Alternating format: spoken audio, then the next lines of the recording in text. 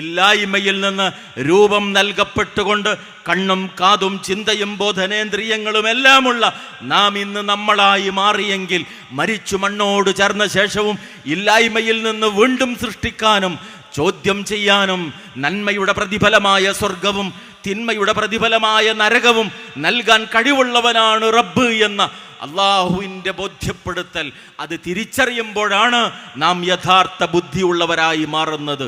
അൽ ഖയ്യിസ് മൻ ദാന നഫ്സഹു വഅമില ലിമാ ബഅദൽ മൗത്ത് വൽ ആജിസ് മൻ അത്ബഅ നഫ്സഹു ഹവാഹ വതമന്ന അലല്ലാഹ്. ബുദ്ധിയുള്ള മനുഷ്യൻ ആരാണ്?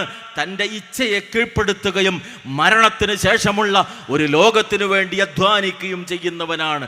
മരണം ജീവിതത്തിൻ്റെ അന്ത്യമല്ല എന്ന് ബോധ്യപ്പെട്ടുകൊണ്ട് മരണത്തിന് ശേഷം ലഭിക്കാനിരിക്കുന്ന സ്വർഗത്തിനു വേണ്ടി തൻ്റെ ജീവിതത്തിലെ എല്ലാം നൽകാൻ സന്നദ്ധമായി ത്യാഗനിർഭരമായ ഒരു ജീവിതം തെരഞ്ഞെടുക്കുന്ന മനുഷ്യനാണ് ബുദ്ധിയുള്ളവൻ. അതിനു പകരം ദേഹത്തിൻ്റെ ഇച്ഛകളെ പിൻപറ്റിയിട്ട് ഞാൻ രക്ഷപ്പെടാം, അവസാന കാലത്തെങ്കിലും ഞാൻ സുരക്ഷിതനാകാം എന്ന നിലക്ക് അള്ളാഹുവിൽ പ്രതീക്ഷ വെച്ചു പുലർത്തി ജീവിക്കുന്ന മനുഷ്യൻ അവിവേകിയാണ്, ബുദ്ധിയില്ലാത്തവനാണ് എന്നതാണ് മഹാനായ പ്രവാചകൻ സല്ലല്ലാഹു അലൈഹി വസല്ലം നമുക്ക് പഠിപ്പിച്ചു തന്നിട്ടുള്ളത്.